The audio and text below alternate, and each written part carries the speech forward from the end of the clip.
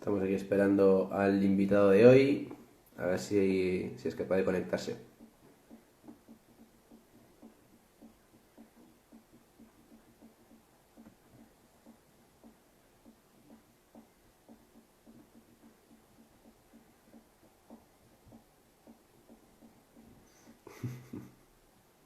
¿Qué pasa, Carón? ¿Cómo estás, tío? ¿Cuánto tiempo?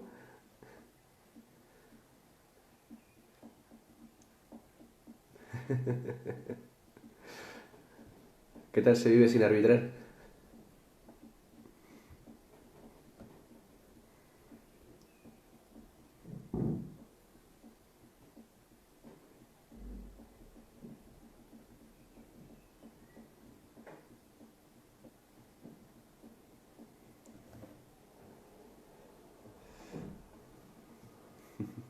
Mira, ya está aquí. No, la puntualidad no, joder, que el chaval es puntual. Lo que pasa es que es un poco torpe.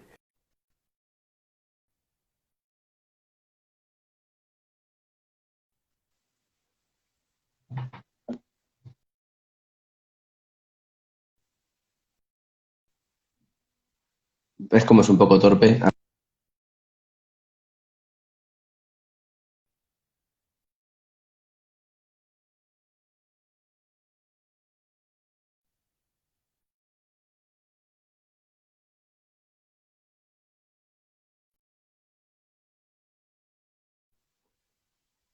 Nada, incapaz el chaval.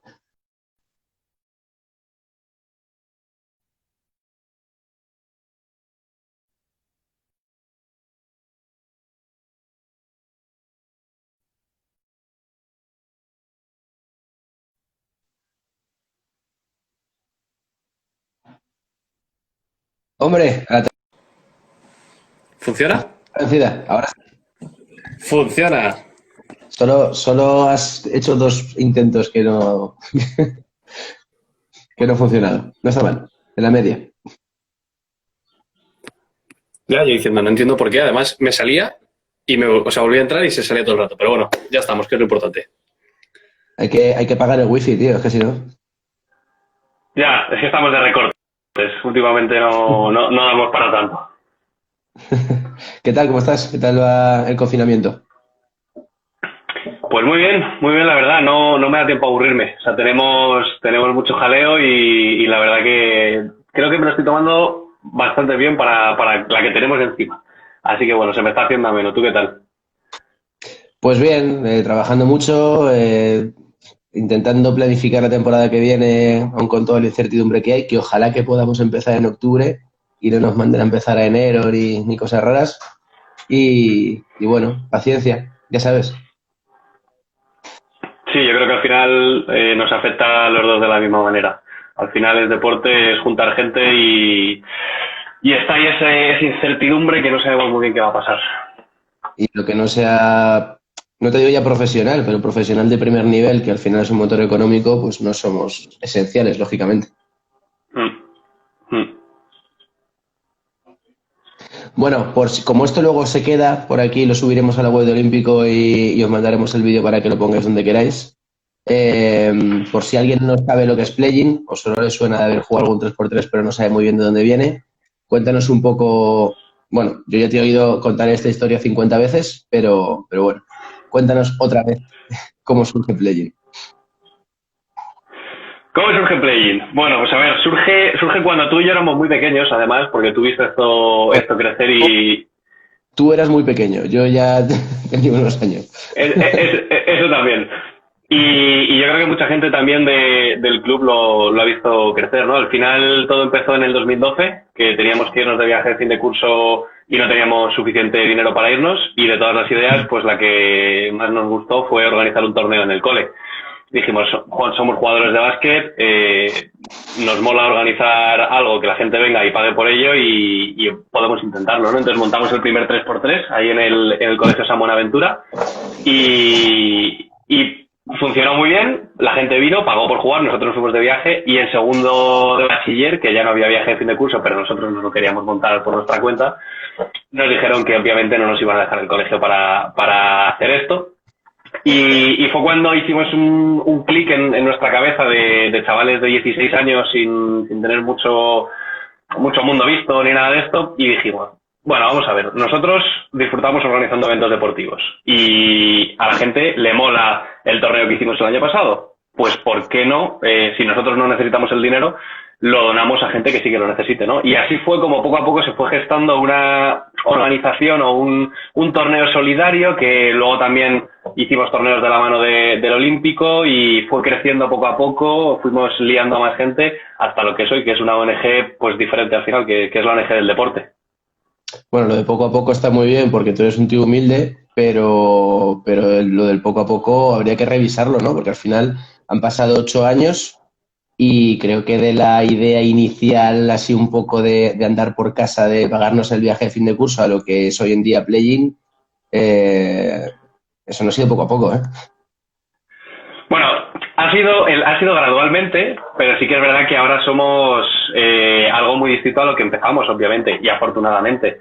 Al final al principio, éramos unos chavales de 16, 17 años que nos lo queríamos pasar bien con nuestros amigos montando un torneo de nuestro deporte favorito, y ahora sí que es verdad que hay 120 niños, después de verano serán 150 los que en cambio vayan al cole todos los días, que de hecho irían mañana, pero el cole sigue cerrado, igual que aquí, y sí que es verdad que, bueno, pues el impacto que ya tiene Playing en una sociedad como es la sociedad educativa allí en la comunidad donde estamos trabajando, pues es un impacto importante. Y al final, esto se ha conseguido gracias a los jugadores que también han venido, gran parte del Olímpico 64, pero también de todo Madrid, que han venido a los 3x3 y a torneos de otros deportes. Sí, sí. Esto que dices de torneos de otros deportes, bueno, habría que dedicarle mucho tiempo, ¿no? Para mí es lo que, dentro de que lo que es Playing tiene mucho mérito, para mí es lo que más mérito tiene, ¿no? El coger una idea como es la de los 3x3, que al final el baloncesto, pues el 3x3 es una idea social y demás, y todos tenemos esa cosita de ir a un 3x3 y echar el día con los colegas, pagar un poquito y tal, que al final no es caro, pero echar un buen día y demás, y coger esa idea y exportarla a otros deportes sin que tú y las personas que iniciasteis Playing tuvierais a lo mejor mucha idea ni muchos contactos en otros deportes. Y tenéis rugby, no sé si me dejó algo, rugby, pádel, voleibol. ¿Cómo ha sido esto cómo ha sido esta expansión y sobre todo cómo os metéis ahí, cómo os embarcáis en terreno tan desconocido así tan alegremente? Sí, yo entiendo esta pregunta porque es un poco así. Al final tenemos 5 deportes y yo personalmente solo juego a uno, pero al final te tienes que rodear de gente que sí que sepa. Yo creo que es una mezcla de todo. O sea, es una mezcla de que al final Play-in se va haciendo más grande y poco a poco vamos creciendo y liando a más gente que sí que sabe de esos temas en concreto, sí que sabe de fútbol, sí que sabe de pádel, sí que sabe de rugby, sí que sabe de vóley, pero también lo tienes que juntar con que somos un poco inconscientes. O sea, decimos, vale, esto funciona aquí. Vale, pues si funciona aquí, igual lo podemos replicar allí. Y lo intentamos. Al final es cuestión de intentar. De intentar y de ensayo y error, ser conscientes de que no todo sale a la primera y, oye, pues ahora tenemos 5 deportes, claro, pero al principio no dábamos un duro de que íbamos a tener 5 deportes, pues fue probar, ajustar cositas, no salía todo bien a la primera y sobre todo gracias a personas que al final te dicen, yo juego al rugby, te quiero echar un cable, vamos a sacar una línea deportiva de rugby, como pasó, ¿no? O otra persona que entró y dijo, no puede ser que estemos en España, que tengáis una ONG del deporte y que fútbol no sea uno de los deportes estrella. Me meto a lanzar un equipo de fútbol, ¿no? Pues eso pasó con vóley también y pasó con pádel, liando gente. ¿Y qué tal os reciben cuando entráis en un deporte nuevo, así un poco sin saber bien en qué terreno os movéis? ¿Qué tal? ¿La gente os mira como, no sé, estos tíos quiénes son, qué hacen, nos podemos fiar de ellos? ¿O la gente se lanza? Yo creo que al principio sí que puede generar un poco de incertidumbre, ¿no? De decir, bueno, estos chavales o esta organización que se está metiendo aquí es el primer torneo de pádel que organizan. Nos vamos a creer que son buena gente, que son majos y que lo van a hacer bien. Yo creo que tiramos un poco de esa parte de decir, bueno, vamos a confiar en ellos porque si ha funcionado bien en otros deportes, pues ¿por qué no iba a funcionar bien aquí? pero también, sobre todo, lo que nos hace o sea, lo que nos ayuda mogollón es que al final siempre entramos con alianzas del deporte en concreto. O sea, si nos vamos a hacer un torneo de baloncesto, pues hablamos con el olímpico, ¿no? Pues si vamos a hacer un torneo de fútbol, hablamos también con un club de fútbol que haga también un poco como de promotor y nos eche un cable, y al final no es Play en el que llega y te cuenta lo que va a hacer, sino que es un club ya estable dentro del sector del deporte en concreto que te lo mueve y te da un poco más de confianza. Pero yo creo que en términos generales hemos tenido suerte, también la hemos preparado, y no hemos tenido afortunadamente ningún encontronazo en algún deporte que hemos dicho, una y no más. De momento no, y seguimos abiertos a seguir creciendo si hay alguien que nos echa un cable. En el mundo del baloncesto, además, bueno, evidentemente el inicio al final es con el club, con nosotros, pero hoy en día ya contáis con varios clubes, ¿no?, que os ayudan habitualmente, ¿no? Me viene a la cabeza el Lourdes, me viene a la cabeza Veritas. No sé cómo funcionáis a la hora de generar esas alianzas con clubes, por si hay alguien que le puede interesar hacer algo con vosotros que pueda también acceder. Como te agradezco muchísimo esta pregunta. A ver, principalmente... a ver, al final, lo que nosotros necesitamos es esa base que tú dices de alianzas con clubes deportivos. ¿Por qué? Porque para nosotros poder organizar eventos necesitamos dos cosas. Necesitamos instalaciones y necesitamos jugadores. Es muy difícil para nosotros ir instalación por instalación, contando el proyecto, que nos lo cedan, hablar con los ayuntamientos. Al final esa tarea burocrática es muy complicada. Eso por un lado. Y por otro lado, es muy difícil llegar a 5.000 jugadores desde un único emisor. Pero si al final contactamos con 50 clubes, que cada club a su vez tiene más de un centenar de jugadores, pues es mucho más fácil llegar a varios miles de jugadores con solo 50 conversaciones, por decirlo así. Entonces, ¿qué es lo que buscamos? Buscamos clubes que al final se quieran comprometer con una causa distinta, que es siendo solidarios, pero a través del deporte, sin pedirles dinero, que eso es algo que para mí es fundamental. Nosotros no pedimos dinero al club, sino que le decimos, ¿tienes unas instalaciones? ¿Te apetece organizar un 3x3 solidario, obviamente, y todos los beneficios son para que tantos niños consigan ir al cole durante tanto tiempo? Y los clubes te dicen, venga, adelante. O sea, ahora tuvimos en septiembre torneo en Veritas, por ejemplo, que es un club que lleva con nosotros también mucho tiempo. Con vosotros hemos también tenido torneos en Sage, en Estrecho, Lourdes también ha estado con nosotros, Arganda... ¿El qué, perdón? El tema del campus, que te decía también, que también colaboramos con la vosotros. Colaboración que tuvimos, eso es, con el campus de verano, y tenemos más clubes. Acrolas, es que ahora me da cosa no decir todos.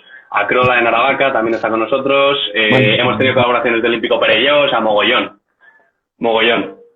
Que nos dejamos a alguien que nos ofenda, que es desde el cariño y desde que ya tenemos una edad y se nos olvidan las cosas, no sin maldad ninguna. Voy a poner una liup. Un colegio, un club como nosotros, a la hora de hacer un torneo, o mejor dicho, el jugador que se apunta a jugar el 3x3 con vosotros, del dinero que paga por jugar ese torneo, ¿cuánto llega a los fines sociales que también tenemos que explicar que estáis impulsando? Yo me apunto a jugar un torneo, de los, no sé cuánto cuesta, de lo que pago yo en el torneo, de eso, ¿cuánto llega a Gambia? Pues vamos a poner que la media de inscripción a un torneo pueden ser 10 euros, por hacer números redondos, ¿vale? Nosotros tenemos el compromiso de que del 100% de la inscripción, o sea, de los 10 euros, el 65% llega a Gambia. Es decir, 6,50 llega a Gambia. Que hace posible que este dato, además, es que es brutal. O sea, con un jugador que pague 10 euros por jugar un torneo, y ese beneficio que sale de su cuota de inscripción va a Gambia, hace que un niño vaya al cole un mes, que es lo que nos cuesta. Nos cuesta alrededor de 6,50 euros que uno de los alumnos del cole vaya al cole durante un mes. ¿A dónde se va? Esa es una pregunta muy interesante también. ¿A dónde se va ese 35%? A pagar el torneo, como es lógico. O sea, al final nosotros somos una ONG que no te pedimos el dinero y no hacemos nada, simplemente pedir, sino que nosotros organizamos un evento deportivo que tiene sus costes. Tiene costes de material deportivo, de premios, de la comida que damos a los jugadores, de las camisetas que damos, los regalos, los equipos de sonido, la página web por donde se inscriben los jugadores. Al final son unos costes que tenemos que asumir. Intentamos que sean los mínimos posibles para que el máximo llegue a Gambia y ya estamos en ese porcentaje. Y ya podemos decir que prácticamente por cada jugador que se inscribe, un niño va al cole un mes, que es algo súper bonito. Y además, otra cosa que creo que tiene mucho mérito, y esto, bueno, ya sabes que yo tengo mi visión sobre el asunto, que no coincide con la tuya, que es que habéis sido capaces de todo esto sin tener a nadie profesional en la ONG. Sí, eso sí. De momento, la estructura de la organización ha ido creciendo orgánicamente y ha ido creciendo también el equipo orgánicamente. O sea, la estructura como tal del equipo humano ha ido creciendo con voluntarios. Sí que es verdad, al final siempre decimos lo mismo. O sea, en el momento en el que esto no sea sostenible de esta forma, con voluntarios, porque también es verdad que esto va de la mano del impacto. O sea, ahora tenemos 120 niños que pueden ir al cole, genial. Cuando queramos que sean 1.500 niños, pues igual esto no se puede sostener con voluntarios y esto es algo normal. O sea, cuando a lo mejor para que 1.500 niños vayan al cole necesites tener a 3 personas trabajando de lunes a viernes 8 horas, pues esas 3 personas tendrán la costumbre de comer 5 veces al día y tendrán que tener un sueldo. Pero bueno, esto es como todo, con sentido común.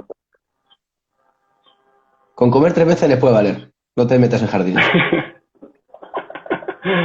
Pero bueno, sí, de momento el 100% de la organización somos voluntarios y una familia increíble.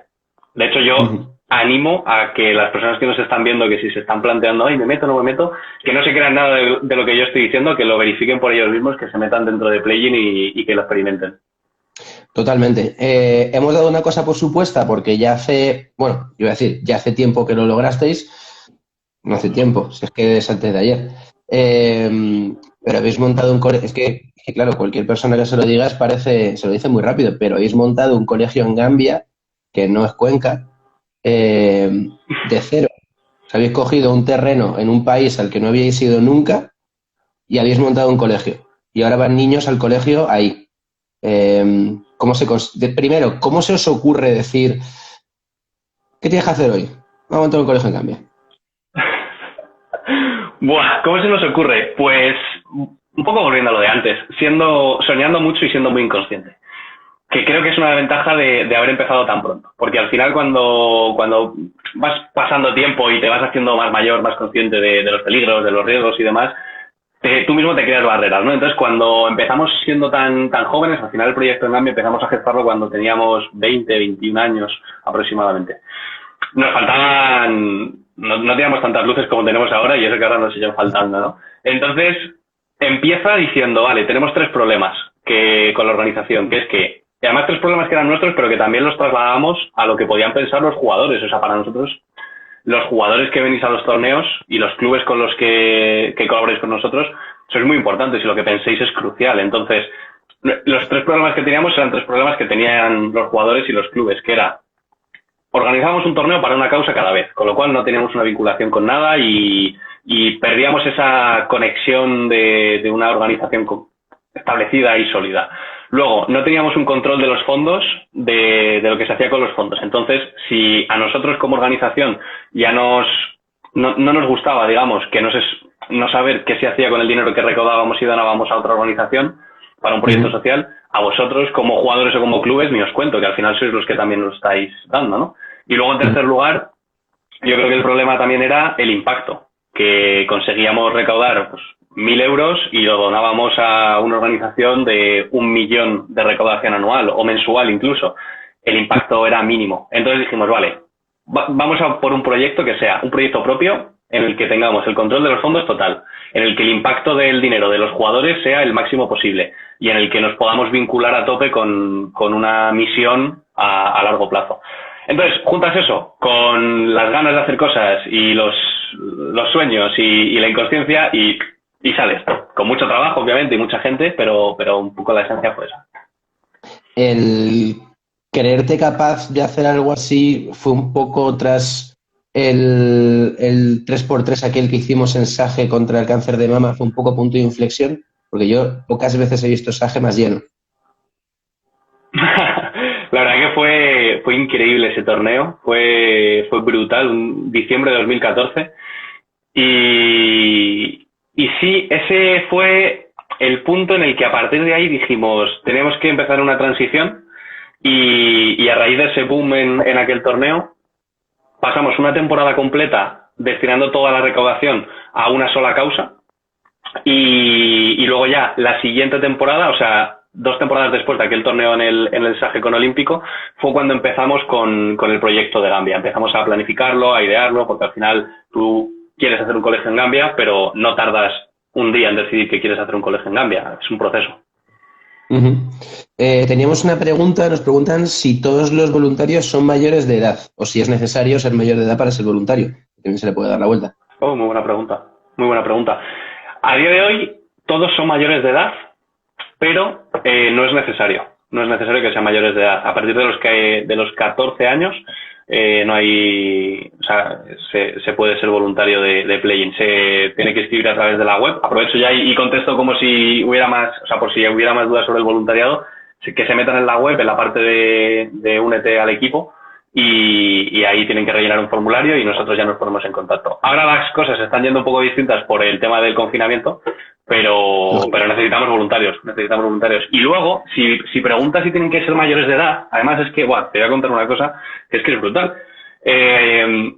Estamos sacando un programa que íbamos a sacar este año, pero que se ha cancelado por la pandemia, que lo sacaremos para el año que viene, que se llama Destino Gambia, para llevar a chavales de 16 años de diferentes colegios de aquí de España a Gambia y que en sus propias carnes salgan de la burbuja, vean lo que es la realidad de muchos millones de personas que parece que está muy alejado, pero realmente impacta y te cambia la visión de la vida y es una oportunidad que muy pocas veces se da. Entonces, que nos sigan en redes sociales y ya se enterarán de más cositas. Muy bien. Luego volvemos sobre el tema porque es que claro, hablar de Gambia y de qué es, cómo es el país y demás, me interesa mucho. Luego volvemos. Pero primero te quiero preguntar, ¿cuál es la estructura de voluntarios? Es decir, me imagino que tú entrarás como soldado raso, por así decirlo, y poco a poco tendrás una estructura en la que irás tomando cada vez más responsabilidad. Bueno, al final es un poco de eso y de circunstancias, juntas las dos cosas. Lógicamente, somos un equipo de más de 60 personas a día de hoy que estamos diferenciados en cuatro áreas, entonces varía un poco también de las necesidades. Si tú acabas de entrar, pero la persona que, yo qué sé, tú acabas de entrar al equipo de básquet, por ejemplo, para montar torneos, y resulta que las 3 personas que lo organizaban todo el año pasado, pues les han salido un trabajo fuera de España, el otro empezó un máster que está sin tiempo y al final el otro se ha ido por lo que sea. Y entras tú, pues al final tú eres el responsable. O sea, varía un poco entre las circunstancias y la meritocracia o el trabajo. Lo que sí que hay que tener claro es que al final dentro de Play-in se curra. No es algo para echarte risas únicamente, que nos las echamos y muchas, o para tomarte algo después de los torneos, que nos lo tomamos y nos encantan las sobremesas después de las reuniones y después de los torneos, pero sobre todo se curra bastante y cuanto más quieras currar, más vas a poder currar. Siempre decimos que el límite en Play-in no existe por arriba, al final está todo por hacer. Te voy a hacer una pregunta. A ver. Claro, yo te conozco te conozco en general y te conozco como jugador desde que eres Benjamín y ya han pasado unos años. Entonces, para mí a lo mejor es un poco fácil identificarlo. Pero, ¿cuánto hay del Javi jugador en Play-in? ¿Cuánto hay del Javi jugador en Play-in? Yo creo que todo. Al final, define el Javi jugador. Un segundo, así de unas pinceladas, para saber un poco. Bueno, para mí, o sea, yo es que te he visto en muchos contextos. Te he visto en contextos de equipos de menos nivel, en los que has sido claramente máximo anotador. Te he visto meter 35 en partidos. Te he visto ser el último del equipo, el especialista defensivo, el que se tiraba de cabeza por los balones y el que cada minuto de juego que tenía, pues se partía la cabeza porque sean 2 en vez de 1. Entonces, primero, esa polivalencia y segundo, ese sentido de servicio. Son las 2 cosas que te pregunto de cuántas hay en Play. Y claro, te la he dejado a huevo ya contesto yo la pregunta por ti. Pues, es que digo, no sé muy bien por dónde va. A ver, sí, lo primero, muchas gracias, porque me has hecho recordar escenarios de mi vida que hacía mucho que no recordaba. Sí que hay bastante, sí que hay bastante. De hecho, he visto por ahí a Sara que ha dicho algo como que estaba de acuerdo.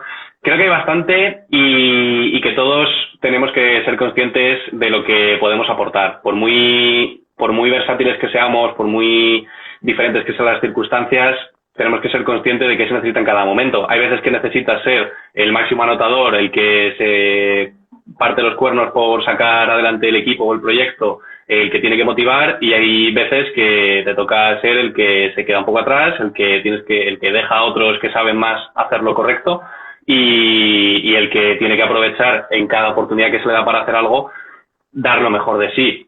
Al final te toca adaptarte. Sí que es verdad que últimamente parece que es todo a la vez, porque están siendo unos momentos porque con esta crisis al final te toca hacer de todo.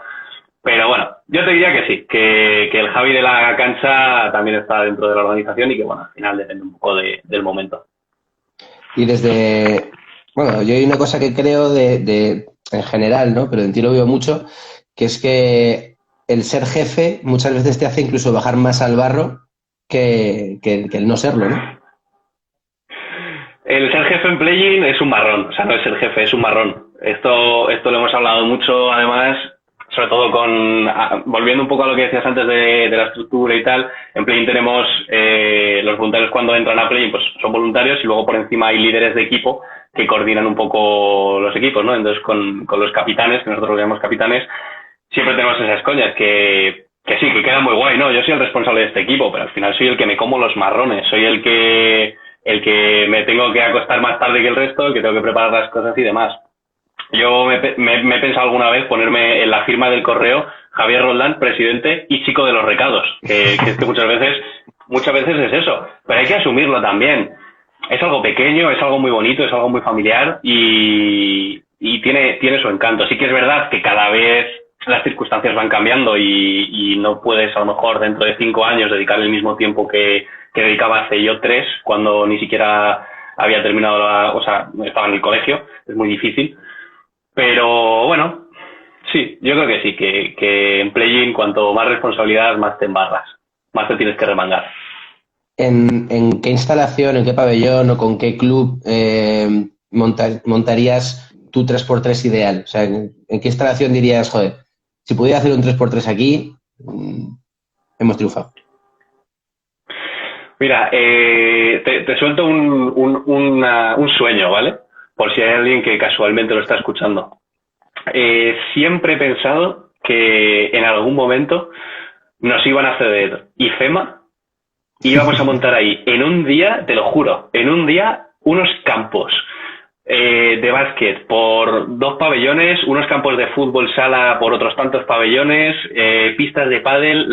Íbamos a montar un festival deportivo y solidario que en algún momento, bueno, ese sueño está ahí, y ese es como el mayor sueño, ¿no? Que al final en un evento saques la suficiente recaudación como para construir un único colegio entero del tirón con todo IFEMA lleno de gente jugando a algún deporte, ¿no? Y luego organizas una carrera que también vaya por esa zona y la lías. Pero bueno, ya bajando un poco más a la tierra, nosotros necesitamos cuantas más pistas mejor. O sea, cuantas más pistas mejor. Entonces, por ejemplo, ¿por qué a nosotros nos encanta Sage? Porque tiene 3 pistas. Y al final 3 pistas para un 3x3 es lo que te da juego, lo que puedes meter hasta 40 equipos y la gente juega a menudo, que es algo también guay, ¿no? Que los 3x3 de play-in descansas un partido, juegas un partido, descansas un partido, juegas un partido, o descansas 2, pero no te tiras 1 hora y media sin jugar como norma general. Entonces, Sage, te la lanzo, cuando queráis nosotros montamos torneito en Sage y sí, a fin de cuentas, pues Veritas, por ejemplo, también es muy buen sitio porque también tiene esas 3 pistas, luego también tiene las exteriores y ya cuentas con 6, está muy guay. Uh-huh. ¿Y fuera de Madrid? ¿Vais a hacer algo? ¿Tenéis pensado? ¿Hay posibilidad? Fuera de Madrid tenemos 2 proyectos en marcha, uno en la zona más de Levante y otro en la zona más hacia la zona de Castilla-La Mancha y demás, pero como me estás viendo no puedo contar absolutamente nada todavía porque no hay nada cerrado. Son cosas muy grandes, sí que es verdad que son cosas muy grandes, estamos haciendo alianzas con instituciones bastante grandes, pero que todavía antes del COVID estaban en proceso y ahora están de momento aplazadas indefinidamente hasta que podamos darle un poquito de forma. Pero bueno, hay algún club de primera, o sea, que ha jugado en primera división, que ahora no está en primera división, pero un club de fútbol que está por ahí y... Sí. Y bueno, hay alguna institución con proyectos muy interesantes por Castilla-La Mancha. Uh-huh. Dice Álvaro que nos hables del asturiano. Yo aquí no sé lo que estoy preguntando ahora mismo, me fío de Álvaro. Creo que no debería, pero bueno, me voy a fiar. ¿El asturiano qué, Álvaro? Martín, ¿qué Álvaro? Álvaro Martín, el asturiano. Uy, pues que lo pongo que ahora mismo me ha pillado en blanco. Un segundo, el asturiano. Álvaro, has embarrancado, ¿eh? A ver. Repite la Álvaro, pregunta un poco mejor. Álvaro, formula tú la pregunta, por favor. Bueno, en lo que este chico aprende a escribir, que le va a costar, háblanos un poco de Gambia, o sea, ¿por qué Gambia? ¿Por qué Gambia? Creo que es el resultado de... Vale. Álvaro, un abrazo, sigamos hablando de Gambia. Lo peor es que sé a lo que se refiere, pero no entiendo el por qué lo dice, pero no pasa nada. Le perdonamos, bueno, seguimos. ¿Por qué Gambia? ¿Por qué Gambia? Creo que es el resultado de la pregunta a por qué no en el resto del mundo. Claro, o sea, ¿por qué no en cualquier otro lugar? Claro. Justo. Porque cuando empezamos todo esto, que ya te he dicho antes, teníamos 20, entre 18 y 21 años creo que teníamos más o menos. Uh-huh. Y dijimos, vale, ese proyecto propio, ¿no? Que hemos dicho antes. Ni idea de dónde, ni idea. O sea, teníamos experiencia en algunos países, sabíamos que quería ser un proyecto de cooperación al desarrollo, que fuera internacional, pero no teníamos ni idea de dónde. Entonces teníamos Sudeste Asiático, Sudamérica, África, que eran zonas donde ya teníamos experiencia como voluntarios o como, al final, formando parte de algún proyecto de cooperación. Y nos quedamos con África. Ese fue como el primer filtro, ¿no? Principal problema, de todos los continentes que hay, ¿dónde? Pues al final nos quedamos con el continente africano. ¿Por qué? ¿Por logística? ¿Cómo se llamaba? ¿El Madrid rumbo al sur? ¿Podía ser? Sí, pero no escucho la primera parte de la pregunta, perdón. No, te decía que por contextualizar, que tú habías hecho ya el Madrid rumbo al sur, creo, entonces no sé si por ahí sacaste un poco inspiración, por así decirlo. Justo. En 2012... fue después de organizar ese primer torneo para el viaje de fin de curso, el verano siguiente tuve la oportunidad de irme a Camerún con 16 años, 23 días, y fui con otros 105 jóvenes de la misma edad, con lo cual la que se liga ahí fue curiosa, pero bueno. No cuentes nada que no puedas contar. No. Al final se aprende mucho y te cambia la perspectiva y la escala de prioridades. Y principalmente por ese sentimiento de todos haber empezado en el continente africano con nuestra relación con la cooperación y luego que tampoco hay que negarlo, o sea, está mucho más cerca que Sudamérica y está mucho más cerca que el sudeste asiático a nivel logístico. Primer proyecto de cooperación, sin tener prácticamente ni idea, vamos a ir un poco a lo sencillo, ¿no? Entonces, de los 55 países de África... Más o menos. Viendo el contexto en ese momento era lo más sencillo. Pero claro, o sea, África tiene 55 países. ¿Dónde te metes a hacerlo? Nosotros de los 55, sumando todas las experiencias de todos, me parece que llegábamos a 12 o entre 10 y 15. No mucho más.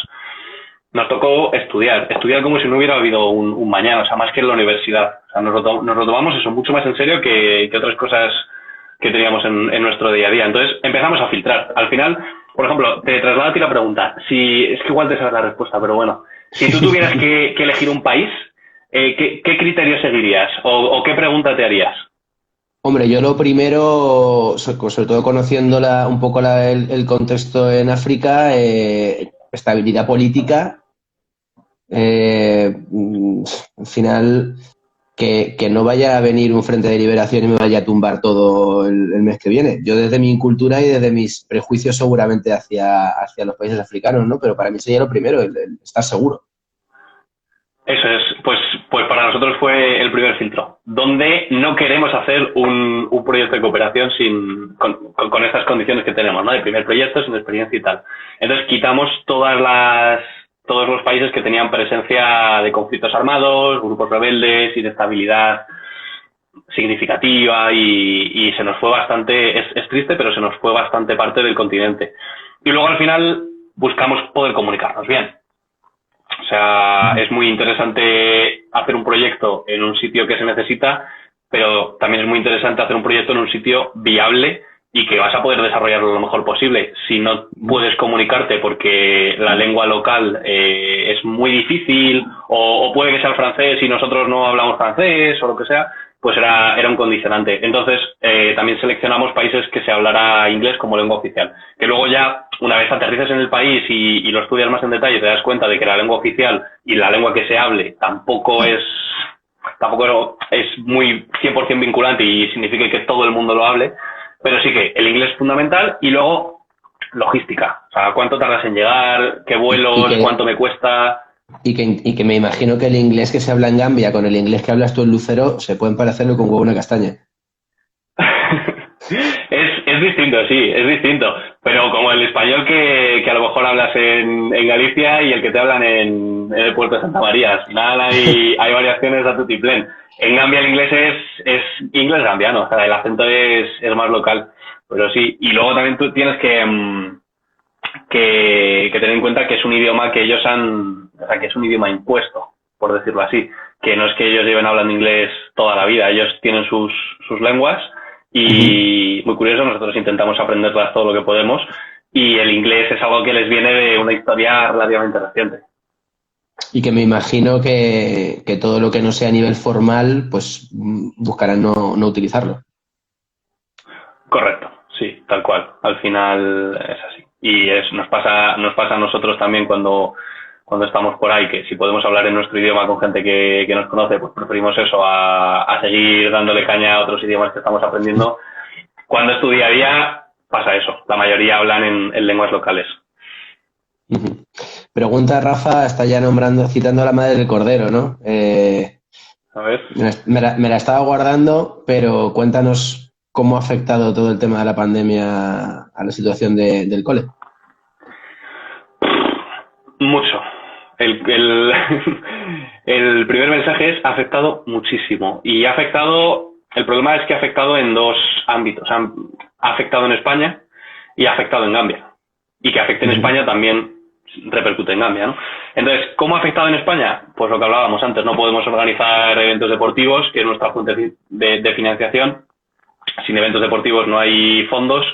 Sin fondos no se puede desarrollar el proyecto allí.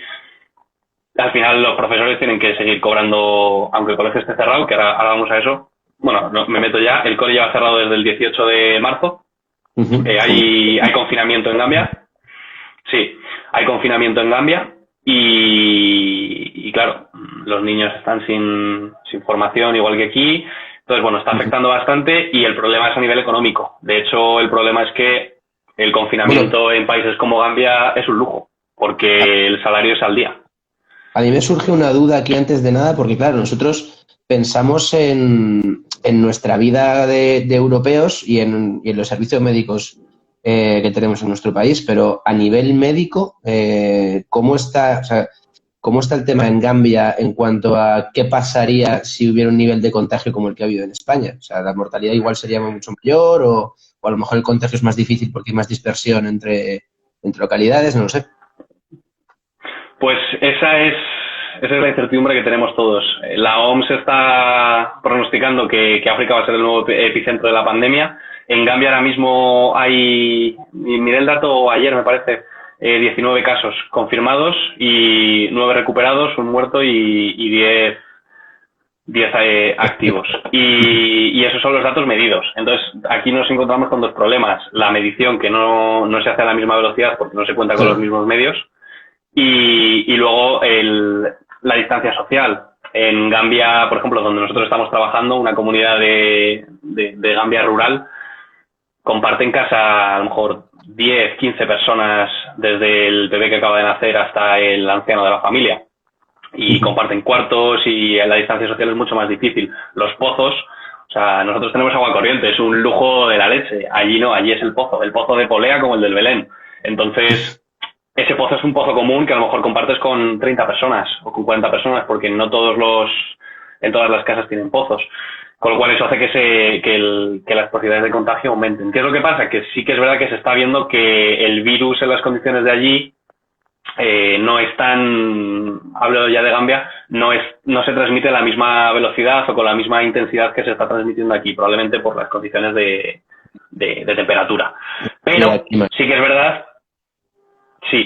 verdad, que lo que sí que se prevé es que África va a ser el nuevo epicentro de la pandemia, aunque la curva, la famosa planicie de la curva va a ser bastante más plana. Se va a escalonar, se va a tardar un poco más, según dice la OMS, en que se transmita el virus, pero se va a transmitir. Y el problema, que aquí ya un poco enlazando con tu pregunta, es que en Gambia no están preparados a nivel sanitario, pero ni en Gambia ni en la mayoría de países. O sea, me parece, en Gambia de los 8 hospitales solo uno tiene UCI, y de las UCIs, o sea, y en la UCI solo hay 8 camas.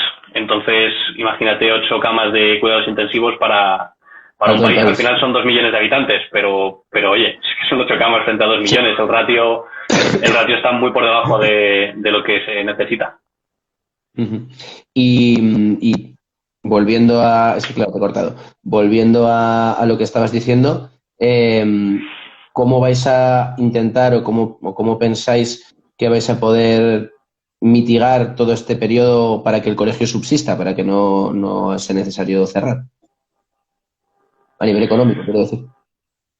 A nivel económico. Pues afortunadamente podemos sostener la situación. Porque, bueno, hemos cancelado, otra cosa que nos ha afectado también es que hemos cancelado la expedición de este verano. Todos los veranos nos vamos para allá con voluntarios a supervisar el programa educativo, mejorarlo, construir nuevas infraestructuras y demás.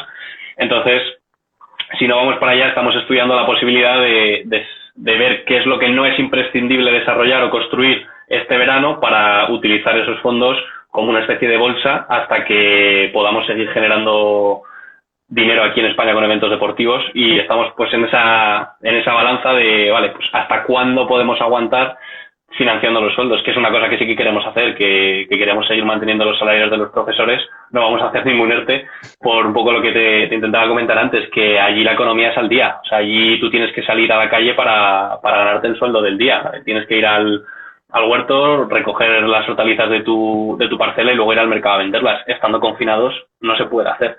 Entonces es otro problema que también se prevé, la hambruna que puede haber.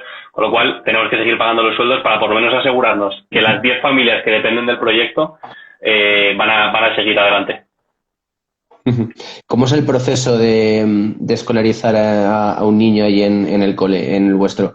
¿Hay una edad en la que, pues, como por ejemplo aquí educación infantil, que desde los 3 años está fijado que los niños entran al colegio? ¿Ahí hay un poco más de laxitud con el tema de las edades, de los inicios, o se parece más a nuestro sistema? Se parece, por decir que es prácticamente igual, mejor dicho, que nuestro sistema, salvo por una cosa, que es que el año académico empieza un año después. Aquí empiezan con 3 años y allí empiezan con 4.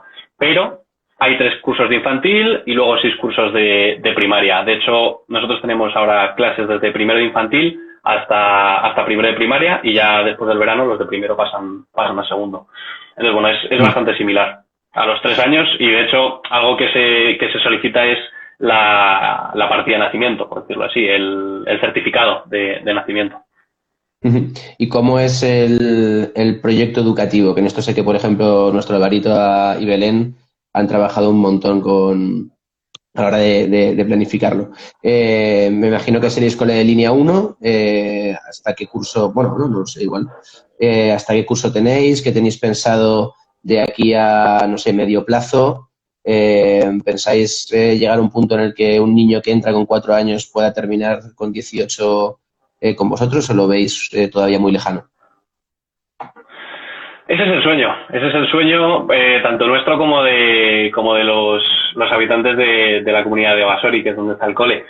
A día de hoy tenemos hasta primero de primaria. El primer hito del proyecto es crear la infraestructura, o sea, crear las aulas de los cursos hasta sexto de primaria, y en ese momento es un hito clave del proyecto porque es cuando el gobierno de Gambia absorbe económicamente el proyecto y financia los salarios de los profesores, que también es algo que nosotros queríamos. Nosotros no queríamos que el proyecto dependiera de una ONG a 4.000 kilómetros de distancia, que puede pasar cualquier cosa y se vaya al garete, ¿no? Entonces, ese será el primer hito. Si cuando eso ocurra, ya pasaremos a la segunda fase, que ya es la fase de secundaria, que es de primero. Allí sí que hay una diferencia. En lugar de ser de 4 cursos de la ESO y 2 de bachiller, por decirlo así, serían 3 de la ESO y 3 de bachiller. Se hace la distinción entre 3 y 3. Entonces, es un poco la idea y es lo que se quiere, porque el problema de Gambia y sobre todo de las zonas rurales es que los niños, cuando terminan la primaria, no tienen una secundaria a la que ir, porque o bien les pilla muy lejos o bien no hay plazas suficientes. Entonces, bueno, lo tenemos en los planes. Plazo, ya estamos hablando de a lo mejor 5, 8 años aproximadamente. Bueno, son cosas que, en fin, 5 8 años es medio plazo, no son 20. Sí. Que es lo que se tarda a veces en estas cosas. Vosotros sois una ONG ligada al deporte, ligada al baloncesto, con relación con... Ahora hay cierta tendencia, bueno, ahora no, hace ya unos años, hay cierta tendencia en España a que algunos clubes traigan jugadores desde países africanos, pues por superioridad física y demás, para competir en cantera. ¿Hay algún club que haya contactado con vosotros para tener una relación un poco vehicular a la hora de importar este tipo de jugadores? Bueno, me pones en un aprieto con esta pregunta. Sí, o sea, no te voy a mentir, sí que hemos tenido relaciones de este tipo, o conversaciones, mejor dicho, de este tipo. Y bueno, al final depende mucho de cómo se ve el proyecto. Son proyectos muy distintos, son proyectos que que trabajan por objetivos muy distintos, y al final nosotros lo que intentamos es que el impacto que pues una organización, como puede ser la nuestra, tenga en un país que no es el nuestro, que no se nos conoce y que está a 4.000 kilómetros de distancia, pues que tenga el mayor impacto positivo posible y la mayor repercusión positiva posible dentro de las vidas a los que la organización va a afectar, y sobre todo siempre pensar en el qué pasará en el futuro. Tenemos que ser conscientes de que pues los 120 niños que ahora mismo están en el cole son 120 vidas y son 120 futuros, y tenemos que pensar en el día de mañana. Entonces nosotros nos enfocamos sobre todo en la educación y en la sostenibilidad a largo plazo, sabiendo que cualquier cosa que nosotros, siendo extraños o extranjeros, trastoquemos en la vida de un niño en Gambia, pues puede tener un impacto brutal. Entonces,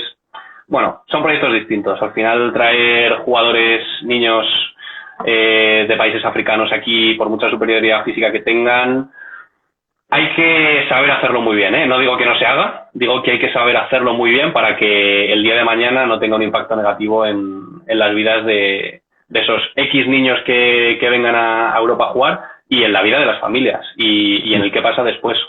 ¿Qué pasa después si un niño no sale adelante? Hay que ser conscientes y saber cuidar todo eso. Hay muchas variables. Sí.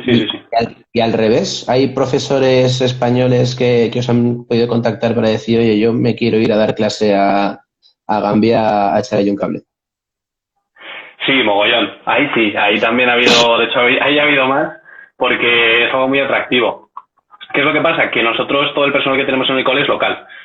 Pero te pongo en la situación, si no, para que la gente nos entienda mejor. Que imagínate tú con 5 años o con 6 años que te llega a tu clase un profesor chino o un profesor gambiano que no habla tu idioma, porque el chino y el gambiano hablan inglés, pero tú tienes 5 años y hablas español, con lo cual no les entiendes.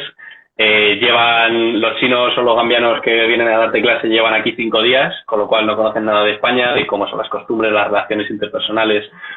Es muy difícil que como profesor o como docente español puedas dar clase a niños gambianos con un nivel de calidad suficiente como para que incluso tú mismo te sientas satisfecho de lo que estás haciendo, desde nuestro punto de vista y desde nuestra experiencia. Lo que sí que tiene muchísimo valor es el intercambio de formación, de cultura, crear un sistema de aprendizaje conjunto entre los profes españoles que nosotros llevamos en verano y los profes gambianos que están allí, porque se enriquece muchísimo. Cuando un profesor dice que se quiere unir a Pledging, al equipo de educación, viene a Gambia, entiende cómo funciona el sistema educativo gambiano. Al final, si esto lo pasamos a un proyecto deportivo, con entrenadores es lo mismo. En cuanto un entrenador entiende cómo funciona el proyecto en el país que acaba de aterrizar, entiende todo y aporta pequeñas pildoritas de conocimiento que ya en su experiencia ha comprobado que funcionan, el profesor local lo adquiere muchísimo mejor, lo implementa en el día a día y como que se forma un mix que da gusto. Y es un poco por lo que tenemos ese maravilloso equipo de educación, como Álvaro Martín, que está por ahí viéndonos. ¿Y os habéis planteado traer a los profesores que están allí de gambianos a Madrid a hacer algún tipo de formación, además de llevar a los españoles allí, para que también tengan esa doble experiencia? Eso se ha puesto alguna vez encima de la mesa y de hecho sería el equipo educativo el que tendría que responder, porque yo aquí ya tengo menos idea, pero sé que se ha puesto alguna vez encima de la mesa y imagino que se habrá descartado sobre todo por presupuesto, porque al final un vuelo Gambia-España ronda los 500 euros, tenemos un equipo de 10 personas, o sea, a nivel económico, viendo los presupuestos anuales, se llevaría una partida bastante grande. Entonces, cuando tienes que decidir en crear un aula para que 30 niños entren al cole el próximo septiembre o a lo mejor traerte a 10 profesores a España, pues dices, igual de momento preferimos poder seguir dando cobertura a los niños. Al final esto es como todo, cuanto más crezca el proyecto y más fondos haya, más mejoras puedes hacer. Eso se montan 2, 3x3 y se saca, se les trae, sin problema.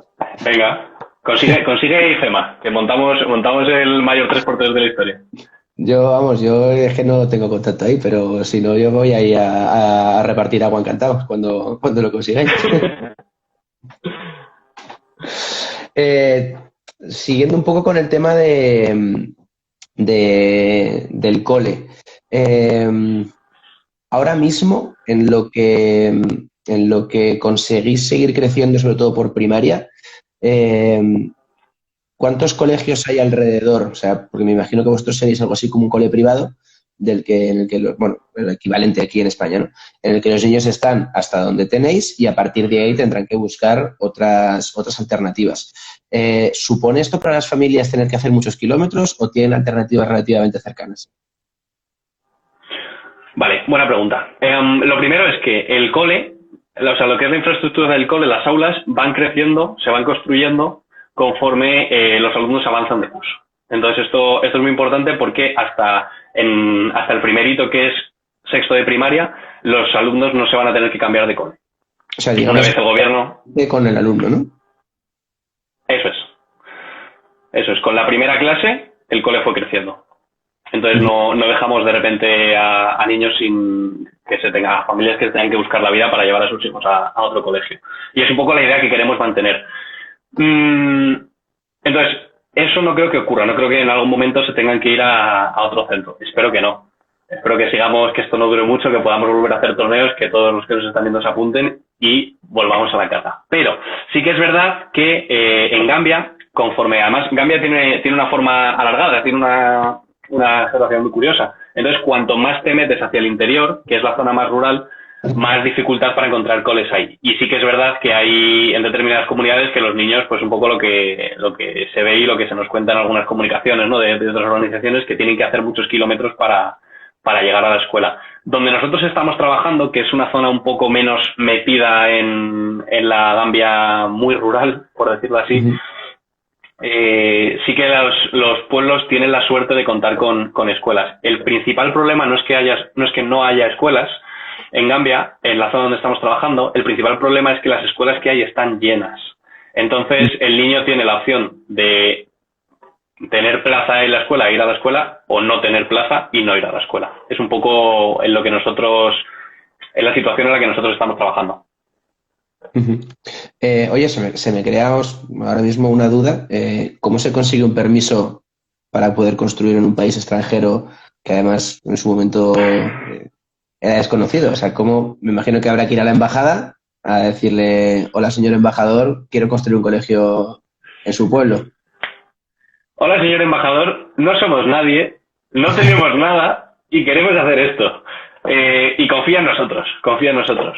Pues hablamos por un lado o sea, tuvimos relaciones diplomáticas antes de ir para allá y a través de la embajada de Gambia nos consiguieron.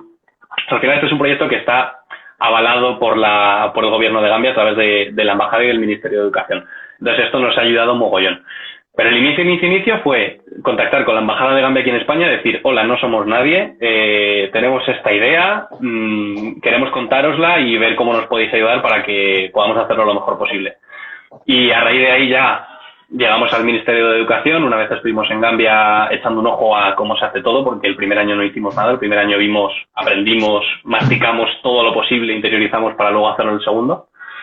Y al final te toca hablar con el Ministerio de Educación, mucho papeleo, muchas visitas, llegar y que la persona con la que te tienes que reunir está reunida ya y no te puede atender, tienes que volver al día siguiente. Pero bueno, son culturas distintas, te adaptas y sobre todo ese frenetismo con el que vivimos aquí, macho, esa inquietud constante de no parar quietos, que yo soy el primero. Nuestra estancia en Gambia nos ha enseñado a tomarnos las cosas de otra forma. Por eso el confinamiento algunos no lo llevamos tan mal, porque es como Gambian Time, ¿sabes? Oye, ¿el gobierno de España os da algún tipo de apoyo? A día de hoy, el gobierno de España, el único apoyo que nos da es apoyo logístico o apoyo, no sé cómo decirlo, informativo, por decirlo así. O sea, siempre que tenemos que hacer algo que no sabemos muy bien cómo se hace, contactamos directamente con el consulado español que hay en Gambia. Que establecimos las relaciones con el cónsul hace ya 3-4 años y lo mismo, pues verificó que todo lo que estamos haciendo iba por donde tenía que ir y al final son dudas del día a día que nosotros podemos intuir, pero que si tienes una persona que se encarga especialmente de estos temas más gubernamentales, pues te ayuda muy bien. Y no habéis intentado, porque vosotros al final, a lo mejor pedir dinero es complicado, pero a nivel municipal o a nivel, bueno, no sé si estatal eso es posible, pero a nivel municipal no os han propuesto nunca el cederos instalaciones para montar un torneo y que el coste de las instalaciones os salga gratis, por ejemplo, y poder funcionar de una manera así más ágil.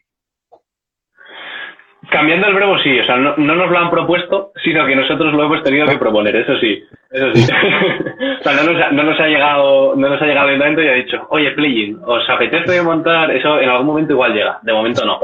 Pero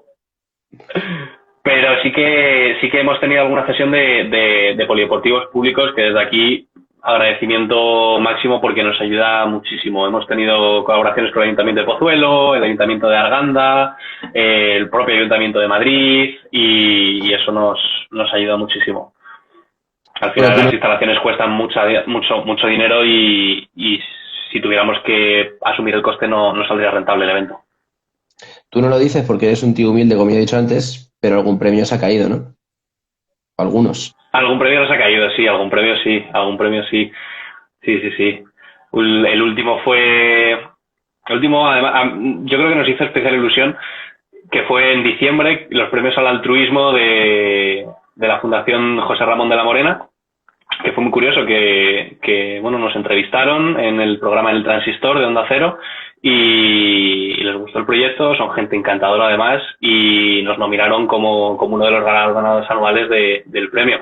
Y un premio además que está muy guay porque en ediciones anteriores ese premio se lo han dado a Rafa Nadal, se lo han dado a Vicente del Bosque y que un año de los 4 nominados pues uno sea Play y la oreja del deporte, es que es algo espectacular. Así que muy guay. Y más colaboraciones que estamos haciendo con ellos. Rafa Nadal, Vicente del Bosque y vosotros. O sea, ya se puede decir que habéis tenido éxito.